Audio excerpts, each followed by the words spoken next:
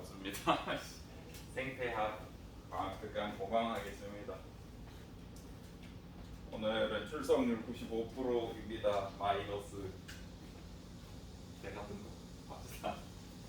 그동안에 유 선생님이 생태 수업을 하면 앞에서부터 개체군이 뭔지, 군집이 뭔지, 어떤 상호작용이 있는지, 그 다음에 에너지 상황관계는 어떤지 이런 걸 하면서 보통 선생님이 특강을 하게 되면 3시간, 4시간으로 잡았기 때문에 마지막 파트를 선생님이 제대로 해준 적이 없어가지고 오늘은 층상 구조부터 해서 천이, 그 다음에 에너지 흐름, 그 다음에 질소 순환 요것만 주로 다뤄가지고 빠른 시간에 끝내도록 하겠습니다.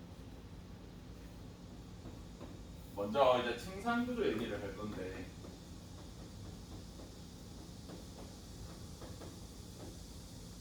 층상 구조라고 하면 군집, 그러니까 보통 우리는 식물 군집을 이야기하는데 식물 군집에서 층상 구조는 제일 밑에 있는 풀, 그 위에 조그만한 나무, 그 다음에 큰 나무 이렇게 분리하잖아요. 근데 여기서 다루는 단어들이 있어. 보면 관목, 교목, 총목 막 이런 단어가 있거든요. 뭐부터 얘기해 봅시다. 교목이라는 단어가 있고 간혹 아교목이라는 단어가 등장할 거고, 그 다음에 관목, 그 다음에 초본이라는 단어가 등장할 겁니다. 그러면 교목 같은 경우 아교목, 관목, 초본 이런 단어가 등장했을 때 어려워하지 말고 얘는 풀이야. 여러분이 생각하는 그 풀, 나무 그 갈색 그 부분이 없는 거. 관목 같은 경우에는 하나의 뿌리에 여러 줄기가 나는 거야. 이게 무슨 소리냐면 요거 하고 해볼게. 교목과 악교목은 그냥 교목이구나 생각해 주세요. 얘보다 조금 작은, 크기가 작은 정도인데 얘는 하나의 뿌리에 하나의 줄기. 우리가 생태학에서 다루는 교목, 관목, 초본의 대표적인 개념은 이 정도가 됩니다. 근데 한번 생각해 보면 뿌리가 하나인데 줄기가 여러 개 나다 보니까 나무의 크기가 어때요? 상대적으로 작겠죠. 얘는 뿌리는 똑같이 이렇게 하나인데 줄기가 하나이기 때문에 영양분을 몰아줄 수 있잖아요. 그죠? 그래서 우리가 이 층상 구조, 식물의 크기를 따진다고 하면 이런 순서가 될 겁니다. 교목이 제일 높게 크게 있다라는 거 조금 알아주시면 좋겠습니다.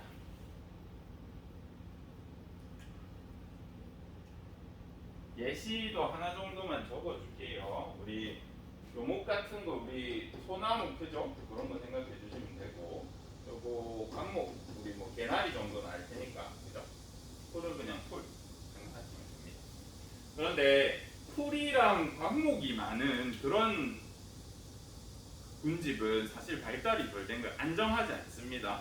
예를 들어서 비 많이 내리고 하면 금방금방 바뀌어버린단 말이에요. 그런데 묘목, 우리 소나무, 참나무처럼 숲이 이루어져 있는 경우 비 온다고 숲이 없어지지 않잖아요. 그죠? 그래서 교목이나 악교목, 큰 나무들이 있는 게 훨씬 더 안정적이다. 안정적이란 말은 생태의 종이 변화가 없다. 이렇게 이해해 주시면 됩니다. 이걸 꼭 알아주시면 좋겠고. 그러면 우리가 층상 구조를 했으니까 오랜만에 천이부터 해보자. 천이.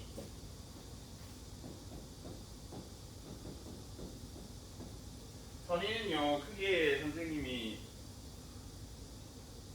어떻게 나눈다 그랬는지 혹시 기억나는지 모르겠네. 먼저 나눌 때 1차 천이가 있고 2차 천이가 있습니다. 1차 천이는 이 땅이 황무지로부터 이제 점점 군집이 생겨나는 상태를 말하고, 2차 천이는 한번 군집이 있다가 어떤 자연재해라든지 무슨 일이 생겨서 다시 황폐화되고 그 다음 새로 천이가 일어나는, 군집의 무점종 변화가 일어나는 그 상태를 이야기합니다. 1차 천이에서 이제 우리가 크게 건성천이랑 습성천이를 이렇게 나눕니다. 그죠? 얘는 습지에서 일어나는 거, 얘는 땅에서 일어나는 거. 다시 천이는 좀 전에 말했듯이 이 단어는 알아야 됩니다. 무점종의 변화.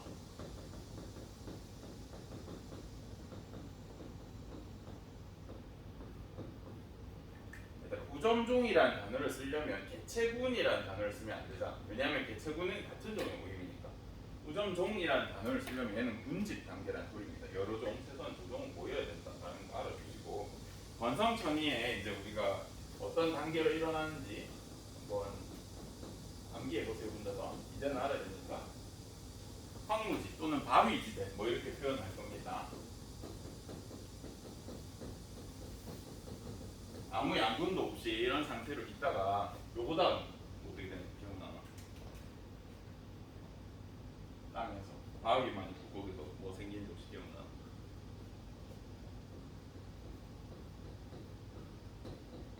지의류라는 게 등장해서 우리 뭐 이끼보다는 조금 더 공생 형태가 발전돼 있고 어쨌든 그런 지의류라는 형태의 나무 겉에 보면 막 이렇게 초록색이 보일 텐데 그거 그 친구들이 막 바위 같은 데 붙어서 살다가 드디어 초본이 등장합니다. 풀이 자라고요. 풀이 자라다 보면 지금 여기 같은 경우에는 아직 높은 나무가 하나도 없잖아요. 황무지에서 시작했으니까. 근데 햇볕을 강하게 받겠죠. 그래서 그런 양지, 햇볕이 강한 데서 잘 자라는 관목들이 먼저 자라.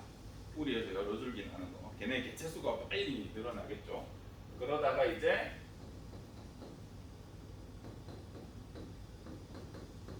이 관목이라든지 다양한 양수 교목, 소나무 같은 게 빠르게 자라기 때문에 강한 햇빛으로 숲을 만들어. 그러다 보면 이제 이 설명을 많이 했죠. 처음에는 아무것도 없으니까 햇볕이 강하게 내리쬐겠죠. 그러면 양지 식물들이 이렇게 빠르게 자라. 근데 물리적인 크기 때문에 양지 식물들이 더 이상 못 자라게 되거든요. 그리고 양지 식물들이 이렇게 먼저 자라나 버리면 이 밑에서는 햇볕이 약하니까 양지 식물이 못 자란단 말이에요. 그래서 뭐만 자랄 수 있냐면 음지 식물들이 여기서 이렇게 스멀스멀 올라옵니다. 음지 식물들은 그늘에서도 잘 자라니까. 그래서 얘네가 서서히 크면서 어느 순간 양지 식물을 초과하는 경우가 이렇게 생겨납니다. 삐져나오면서. 이렇게 되면 문제가 뭐냐면 얘네는 햇볕이 약하면 죽어. 강하면 잘 자라지만 그래서 얘네가 죽습니다. 그래서 양수림에서 양지식물과 음지식물이 같이 사는 혼합림이 되었다가 이제 음수림으로 이렇게 변화가 일어난다라는 거 꼭 알아줬으면 좋겠고, 우리가 천일을 할 때 항상 강조했던 게 뭐냐면 개척자예요. 지금 이 원성, 그러니까 물가가 아닌 그냥 일반적인 땅에서 새로운 분질이 나타날 때 뭐가 제일 먼저 나타났어요? 얘지. 맞죠? 여기 황무지에는 생물이 없는 상태잖아. 근데 여기에 극한의 상황에서 얘가 살아남는단 말이야. 그래서 이 친구를 개척자라고 불러주죠. 맨 처음 들어온 생물체를 우리가 개척자라고. 아무것도 없는 황무지에 지유라는 애가 들어오면서 양분을 만들어주고 그 양분으로 초본이 살면서 흙을 만들어줘. 흙을 많이 만들어주고요. 나무가 살 수 있는 환경이 되면 이런 순으로 자라나게 됩니다. 습성천이 같은 경우에는 잘 안 나와. 잘 안 나오기 때문에 우리 친구들은 직접 찾아보면서 했으면 좋겠습니다. 간단하게만 적을게요. 먼저 습성천이는 호수 같은 데서 일어나는 거예요. 그래서 빈 영양호, 우리 빈부 격차할 때 그 빈자입니다. 영양적으로 빈약하는 그런 호수에서 시간이 지나면 뭐 비가 내리면서 또는 다른 생물들이 이곳으로 넘어오면서 점점 양광분이 많이 생기고 그러면 부영양호라고 해서 영양적으로 부유한 상태가 되고, 이제 풍화 침식 퇴적 같은 게 일어나면서 점점 물질들이 막 쌓이게 됩니다. 물질들이 쌓이게 되면 호수가 아니라 이제 습지 또는 흙이 점점 잠겨가지고 그 호수가 채워지거든요. 그래서 뭐 늪지, 습지, 땅이 되고, 땅이 된 뒤로부터는 건성과 다르게, 건성은 지류가 에너지를 만들어줘야 초본이 사는데 얘는 이미 영양적으로 풍부해진 상태에서 흙이 들어온 거잖아요. 그래서 이때부터 초본이 생깁니다. 나머지 과정은 이제 똑같이 진행됩니다. 습지에서 초본이 생겨나기 시작하면 이렇게 오남립 음수립이라고 이렇게 됩니다. 근데 이 과정에서 선생님 습지, 늪지라고 표현했는데 어쨌든 물기가 많지만 흙이 있는 상태입니다. 습지 같은 경우에는 이런 상태가 되면 초본보다 먼저 등장하는 애가 있어. 이끼 같은 거 있지. 이끼 같은 친구들이 습성 전이에서는 먼저 등장해서 얘가 해척자로 불립니다.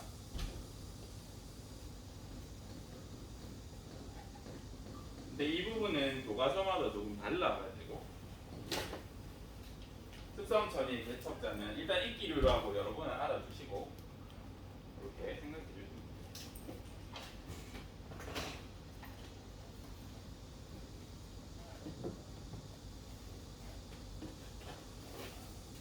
그 다음 2차 전이 2차 전이는 항무지가 되었다 이렇게 표현 잘 안 하죠. 2차 전이가 일어날 때는 앞에 무슨 일이 있었단 말이죠. 그래서 보통 선생님이 5가지 정도 이야기했던 것 같습니다. 뭐가 있었냐면 이걸 굳이 안 적어줘도 되는데 여러분이 모르는 게 나왔을 때 헷갈려 하니까 화재, 산불 같은 거 있죠. 벌목, 벌목 많이 까먹는데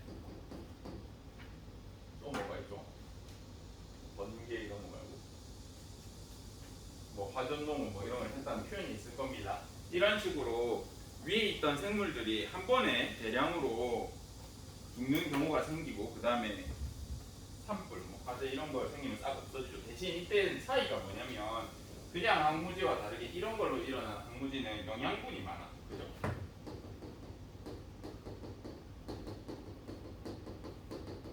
그렇기 때문에 빠르게 초본이 생기고 똑같이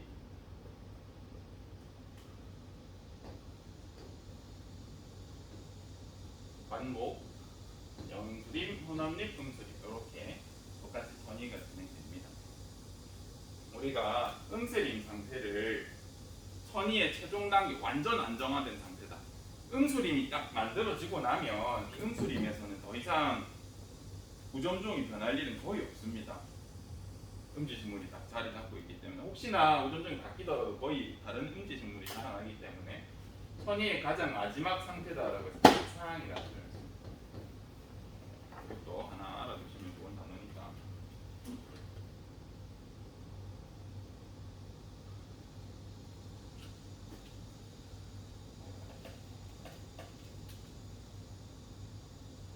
하시고 이제 우리가 볼 게 뭐냐면 항상 선생님이 앞에서부터 수업을 하니까 에너지 순환 파트에 대해서 여러분이 소홀히 하게 되는 경향이 있거든요. 한번 봅시다.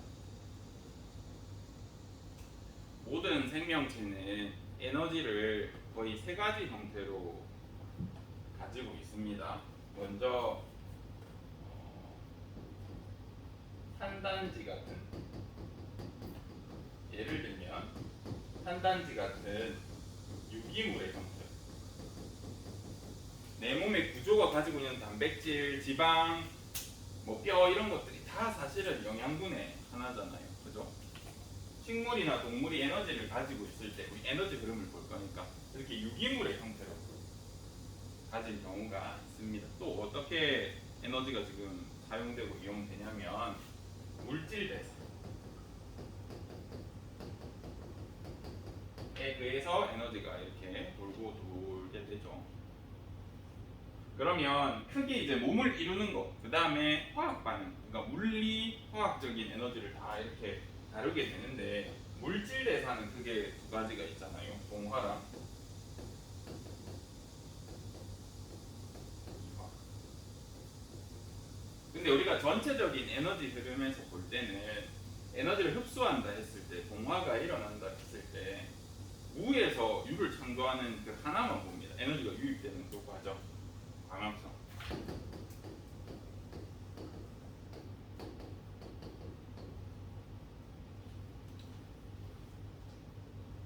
에너지 흐름으로 볼 거니까 예를 들어서 아미노산이 단백질이 되는 거 동화 맞습니다. 거기 에너지 투입되는 것도 맞고 근데 그 근본적인 에너지가 어디서 왔냐라고 하면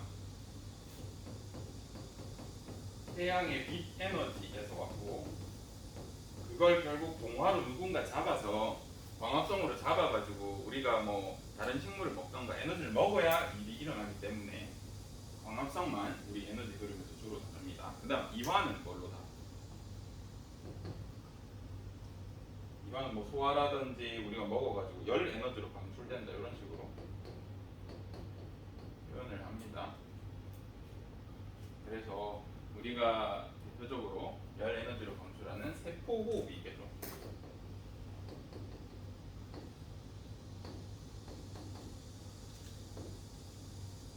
우리는 에너지 흐름이라는 파트를 이제 할 겁니다. 제가 여기 대단을 안 적었지만 칠판을 새로 찍어야 해서 에너지 흐름에서 우리가 제일 중요하게 보는 거는 요거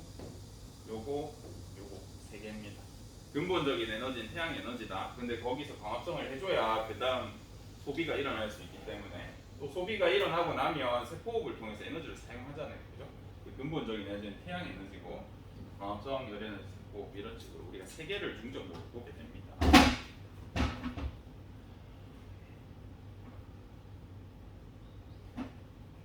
그렇게 되면 이제 우리가 뭐냐, 이 에너지 흐름을 하다 보면 에너지 피라미드라는 걸 막 그리잖아요. 에너지 피라미드 혹시 이런 거 본 적 있죠? 맨 밑에 항상 누가 들어가?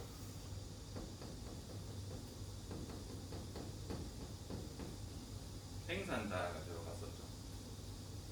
누군가는 태양 에너지, 빛 에너지를 에너지로 만들어가지고 줘야 그 다음 1차 소비자, 뭐 2차 소비자, 3차 소비자, 뭐 4차가 생길 수도 있고 쭉쭉 이렇게 나갈 거 아닙니까? 그죠? 그래서 이 과정을 보는데 우리가 제일 눈여겨봐야 될 게 뭐냐면 이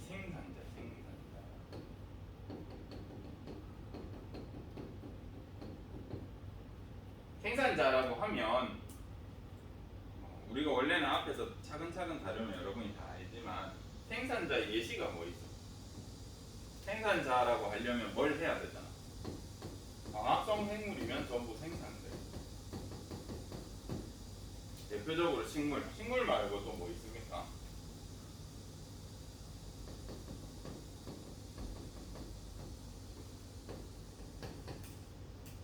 우리 식물성 플랑크톤 조류 있죠.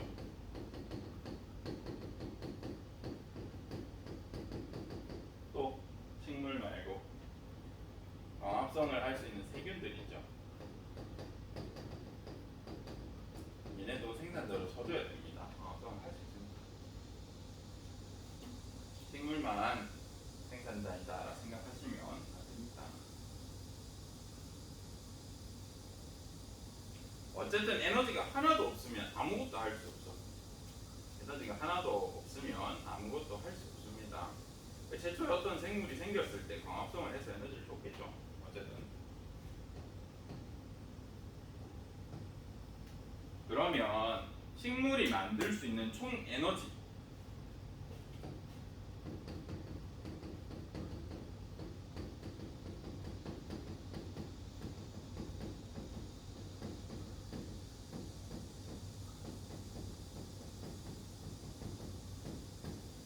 식물이 만들 수 있는 생산할 수 있는 총 에너지량을 뭐라고 하냐면 우리가 결국에는 이거를 총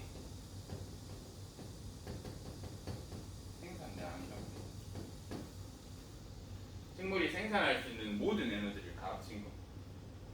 그 모든 에너지를 다 합친 거는 자기 몸을 구성하는 거, 그 다음 세포호흡에 쓰는 거에 다 들어가겠죠. 자기 에너지를 만드는 거.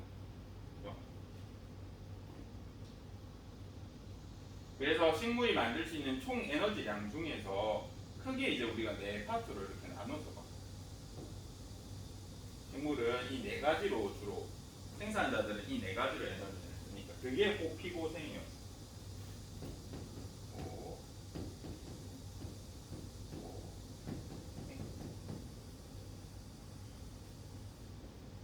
전에 비율을 이렇게 그렸지만 사실 모든 식물들은 대부분 호흡량에서 가장 많이 씁니다.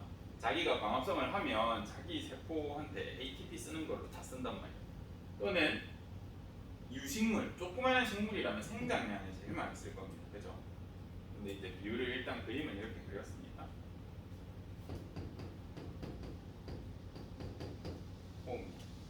기초 내사량이라고 하잖아요. 식물도 기초 내사량이 있으면 자기가 숨만 쉬어도 필요한 만큼 에너지 있을 거 아니야. 생명을 유지하려고 하면 그게 호흡량에 들어갈 것이고, 그다음에 P는 피식량. 다른 동물들이 식물을 먹죠. 그러면 완전히 다 죽을 수도 있지만 살아남는 경우가 피식량. 그다음에 썩는 경우도 있어. 또는 낙엽이 갑자기 바람이 불어서 떨어진다든지 가지가 부러진다든지 이런 거 우리가 고사되었다고 죽었다라고 표현하고, 그다음에 생장하는데 에너지를 씁니다. 식물이 생산한 모든 에너지는 이렇게밖에 안 쓰요라고 우리는 얘기하고 있습니다. 고등학교에서 식물이 만들 수 있는 모든 에너지량은 이렇게 돼. 호흡량, 비식량, 고상량, 생장량으로밖에 안 쓰이고, 그러면 호흡량은 살기 위한 거잖아. 사람으로 치면 기초대사량. 그러면 식물한테 이거는 뭘까? 사람으로 치면 활동대사량 같은 거야. 활동대사량. 여기까지는 살려면 어쩔 수 없이 써야 되는 에너지, 호흡량은. 물질대사 해야 되잖아요. 그죠? 최소한. 근데 여기부터는 우리가 식물이 기초대사량. 근데 사람 같은 경우는 움직이니까, 동물은 움직이니까 기초대사량에 대한 개념이 조금 더 활동대사량에 몰려있는데, 대사량의 개념이 얘 같은 경우는 안 움직이잖아요. 그죠? 활동대사량이라는 게 사실 운동에 대한 게 없잖아요, 식물. 그래서 여기에 다 들어가. 호흡량, 얘가 생산할 수 있는 모든 광합성 에너지잖아. 결국 총 생산량은 총 광합성량이라고 생각하셔도 됩니다. 광합성을 하면 에너지가 생기니까, 광합성을 하니 총 에너지 중에 기초대사량, 생존에 필요한 호흡량 빼고 나머지는 이제 식물은 어디에 쓰냐면 이걸 우리가 순생산량이라고 쓰고 남은 거예요. 그래서 혹시 내가 남한테 먹혔거나 썩은 부분이 있으면 고치고 재생하는 데 쓰고, 그래도 남는다. 그러면 이제 생장하는 데 쓰겠죠. 그죠? 그래서 식물이 계속해서 자랍니다. 식물은 평생 자라. 죽을 때까지 자라. 선생님, 다 큰 나무 아예 안 크는 것도 봤는데요. 근데 그것만 생장이라고 보는 게 아니라 열매 맺는 것도 사실 생장이거든요. 세포 분열해서. 또 낙엽 떨어지고 나면 결국 다시 또 세포 분열하면서 생겨나기 때문에 생장이 들어갑니다. 어쨌든 이 에너지를 순생산량이라고. 다시, 식물이 총 사용할 수 있는 총 에너지량에서 보통은 호흡량이 가장 큰 에너지를 쓰고 기초대사량인 호흡량 갖다 버리고 나면 식물이 이제 순수하게 자기를 위해서 이제 기타 에너지로 쓸 수 있는 에너지가 순생산량이, 여기에 뭐 들어간다고요? 이, 뭐 이렇게 들어간다는 거 꼭 잊지 마시고 봐주시고, 그 다음에 피고생이라고 했을 때 결국에는 피식되었다. 얘가 먹힌 거잖아요. 그죠? 1차 소비자에게 가는 에너지는 전부 피식량에서 되겠죠.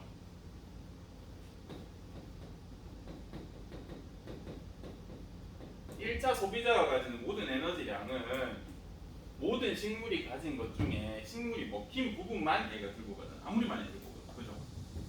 그래서 식물의 생산자의 피식량이 1차 생산자의 총 에너지량이랑 맞먹는다라고 보고 봐주시면 됩니다. 그래서 항상 생산자가 가장 밑에 있는 게 에너지가 맞다. 그럴 수밖에 없다라고 생각해 주시면 됩니다.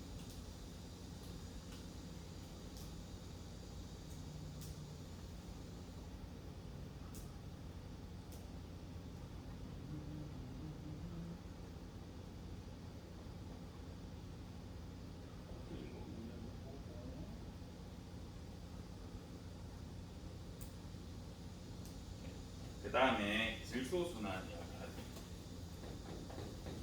왜 갑자기 질소순환 얘기해요? 라고 물으면 시험에 이 파트에서 나오는 게 이거밖에 없었어.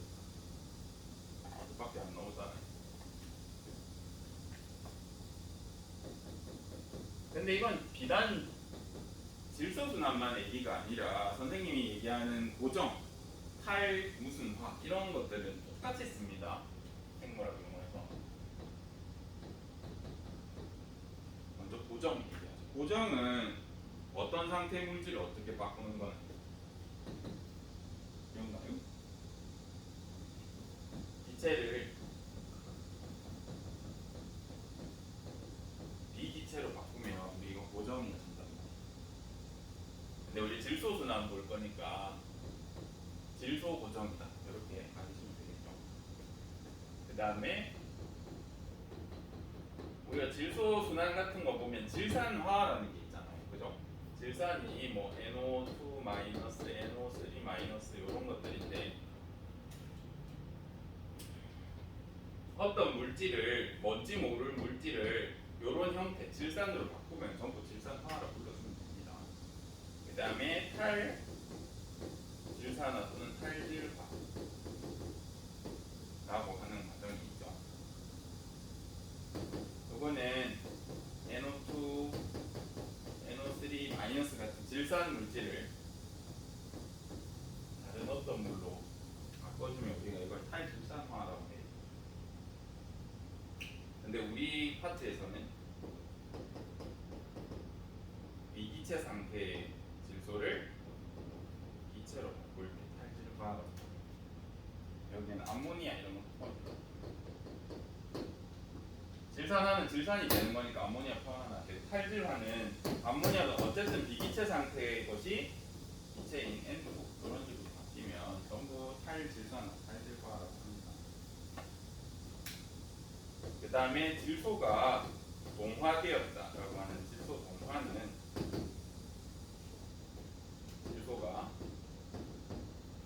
어떤 상태의 질소든 이게 동식물의 체내, 생물의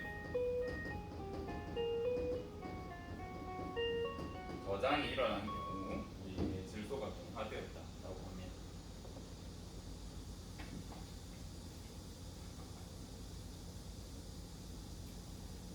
그래서 선생님이 자주 그려줬던 그림이 있을 겁니다. 이제는 여러분이 스스로 할 수 있겠죠?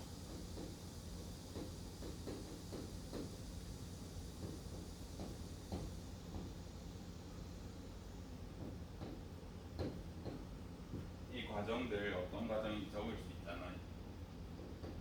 뭐 식물 이런 식으로.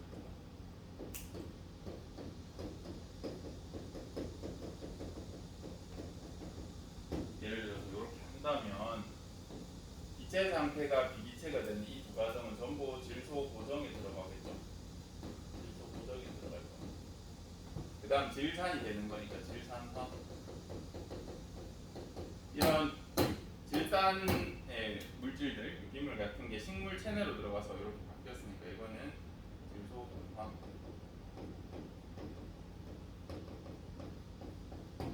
어떠한 일이 일어나가지고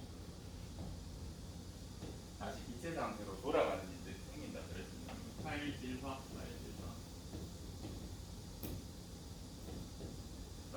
불러주면 된다고 우리가 얘기했죠. 그 다음에 이것들을 하는 생물이 뭐예요? 라고 물어보면 질소 고정 세균, 질산화 세균, 탈질화 세균 이렇게 불러주면 된다 그랬습니다. 이제 질소 고정의 대표적인 예시가 두 가지 있었는데 이건 외워야 된다 그랬죠. 오리오 박테리아,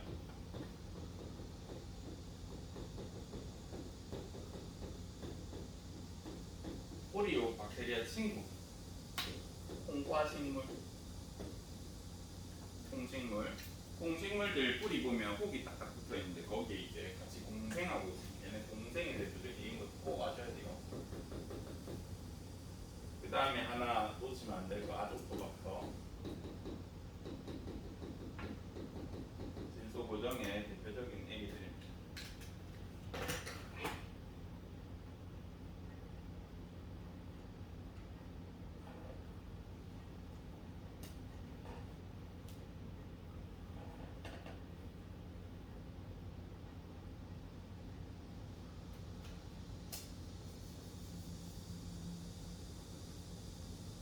일단 1교시는 간단하게 마치고 5분 뒤에 내용